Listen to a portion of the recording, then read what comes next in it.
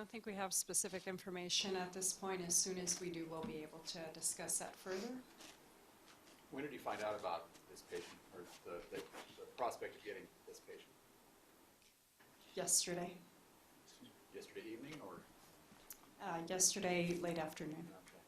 And a call from the State Department, or who called, who contacted the Med Center? I believe that went through the State Department, and then we were notified directly through our Chancellor, Dr. Gold. Your second time around, is there anything different? Any new concerns at this point? I've visited with the team, and that's 40 plus strong. They're excited. I think their confidence level has been boosted given the experience that we had previously and very recently. So they're ready to go. There was a lot of discussion after Dr. Saker left about just the amounts of waste that were produced. They talked about what you guys learned from that. Have you been able to dispose of all of that? I mean, are you ready at this point for a new patient? Yes, we are. And what have you done with all that waste? What have you learned from having this first patient? I think what we primarily have learned is that the systems that have been in place and that the team has drilled for almost 10 years worked really well with this particular circumstance. And so the team has, and at the time did, at least twice a day reviews in terms of our systems, processes, et cetera. I have no information regarding any challenges with the waste at this point in time. That has all been taken care of per protocol. When Dr. Saker came in before, it was a big deal because the medication they were using on the other patients had run out. Correct. And you guys found a way to make him better again. What does it take to make a patient better at this point? So, unfortunately, there are no FDA-approved medications for Ebola at this point. So our clinical team, led by Dr. Phil Smith, is in consultation with the Centers for Disease Control, the FDA, and a number of drug manufacturers across the United States to think about what are the best options that are currently available. And those, as you know, are individualized to the patient. So as Dr. Phil Smith and his team get an opportunity to visit with the patient and provide his care, they'll make clinical decisions at that point about what additional therapeutics or drugs they may want to try, in addition to really making sure that anybody who comes to the University of Nebraska Medical Center really gets extraordinary care. So is this still experimental at this point, or is there anything that, like, you work with Dr. Saker that you definitely can try this time? So anything that you can name at this point is all experimental. None of it's FDA approved, and all it is a series of anecdotes that we think we use this drug and the patient lived or didn't live, but there are no good trials out there, and we're looking forward to additional work being undertaken, hopefully soon, in Western Africa and elsewhere. They'll give us better choices and options for these individuals. Not just the individuals, obviously, who are coming here, but we should be thinking about the individuals that are being infected right now within West Africa and are sick, and what options can we provide them.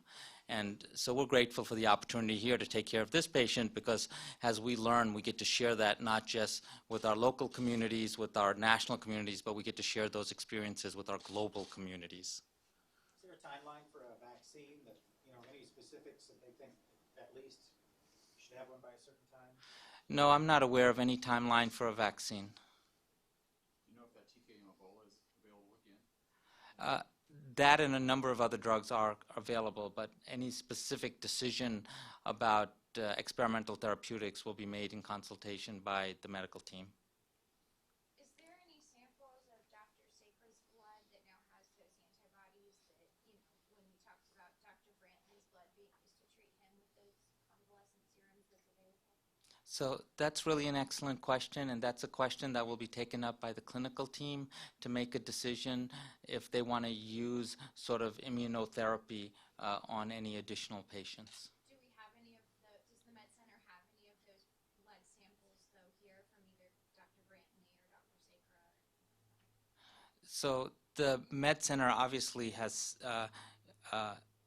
took samples from these patients, but for immunotherapy, it's sort of a different process.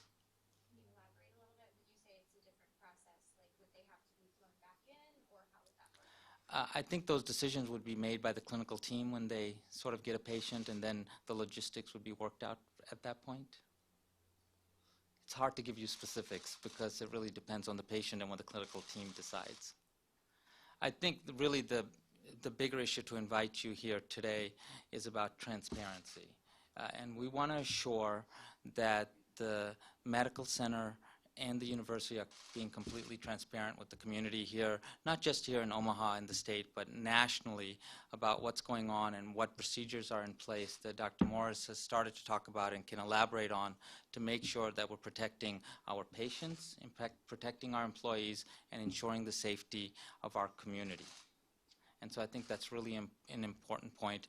The other point that I wanted to make was this is really a good reminder, again, that global problems can quickly become local problems. And why, yes, we're glad to have you here to talk about the great work here at the university to provide patient care, but there's thousands of patients right now that have been infected within Western Africa, and we really need to make sure that public health works for them and the global response works for them so that we don't continue to see additional cases showing up either in emergency rooms here or being sent to us specifically for medical care. Can you share a little more? I mean, so you guys have had an Ebola patient here. Can you share a little more about what you learned from the last go around? Dr. Morris? You're going to improve this time? I think a couple of things. One is, to your earlier question, I think truly focusing on symptom management is key with these patients, monitoring daily lab work, fluid resuscitation, those types of things was key, I think, in the treatment of this patient previously, and I think we're learning is key in the treatment of patients with this virus. I think the second thing are the infection control practices, the protective eyewear, the gowning, how we enter and exit rooms, those safety measures to ensure that there is no risk of transmission was critical. And I think those are the things that we ensured were securely in place and that there wasn't any room for error while we were caring for Dr. Sakra, and that we continue those processes. And as Dr. Khan mentioned earlier, that's been a lot of the question that others have asked of us, focused on those two areas. One patient in Texas is being treated, it sounds like just in a separate area of a hospital. It's not a biocontainment unit. So, people see this unit and it seems like it'd be easier to treat it here, but it sounds like hospitals are equipped to deal with this if they do get somebody to come in to an ER and present with those conditions. I think if there's the option based on the patient's condition, they are well served being treated in a facility that has drilled and trained to assure meticulous infection control processes and combine that with providing extraordinary care to a patient. So they have thought through the case management issues, and they've drilled and thought through those, such as a facility here at the University of Nebraska Medical Center. That is obviously not always an option, but if it is an option, and I think the experience that we've seen, not just with this disease here in the United States, but other emerging infectious diseases that are transmitted from person to person, you really need to have that combination of meticulous infection control to prevent additional cases, and then try to provide the best possible case management because you want a good outcome for that person who's also happens to be in your hospital. What is being done in the next couple of days, whether it's inside the biocontainment unit or going over with this team to prepare for this new patient that's going to be coming?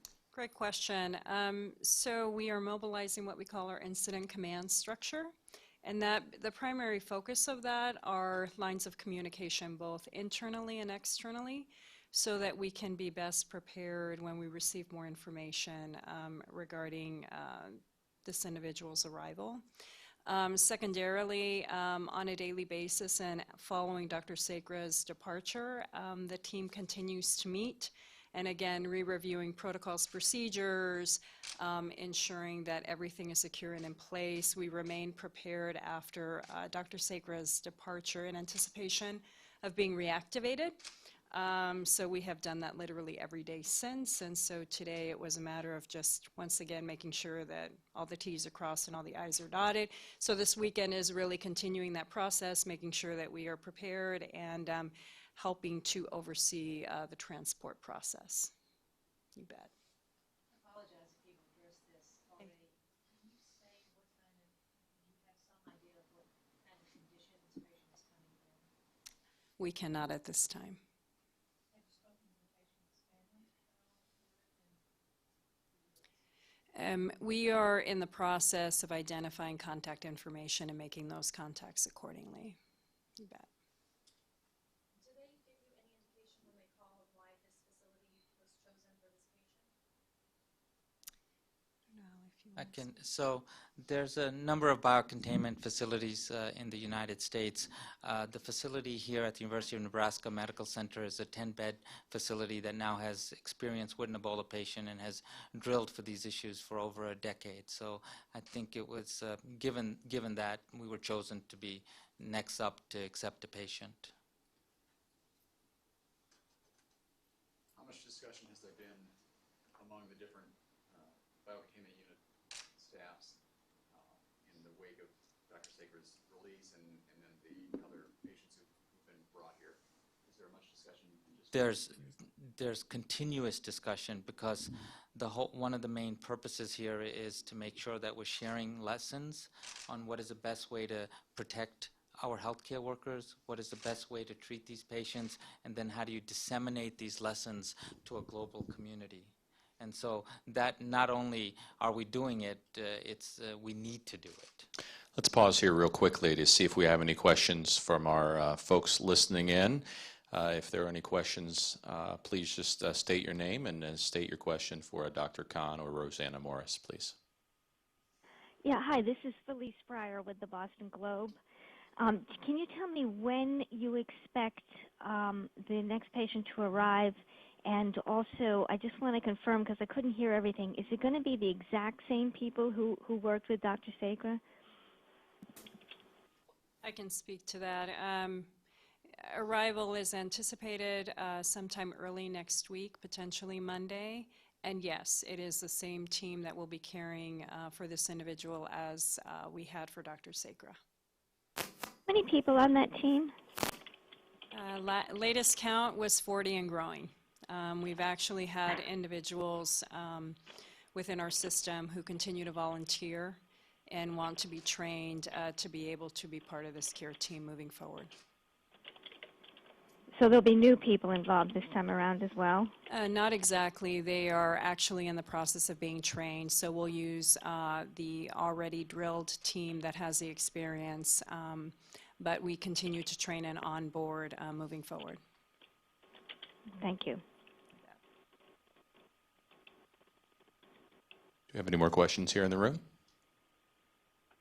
Hi, this is Keegan Heiss from the TV show The Doctors.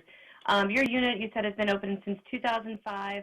Prior to these Ebola cases, what other outbreaks or illnesses or diseases have you treated in that unit? Prior to this, besides drilling, there was a single patient with a suspected severe contagious illness that was supposed to come to that unit, but that's been the only experience with the actual patients. Thank you. Anyone else on the phone? We ask you to please mute your phone if you're just listening in too, please. Thank you. Can either of you speak in terms of transport? Is this transport going to look very similar to the way we saw Dr. Saker come in when this patient comes in? I think we had just such great collaboration with our community and state partners. As you know, they were a huge part of that transport, and I would anticipate that we will have the same level of collaboration and participation from those various entities.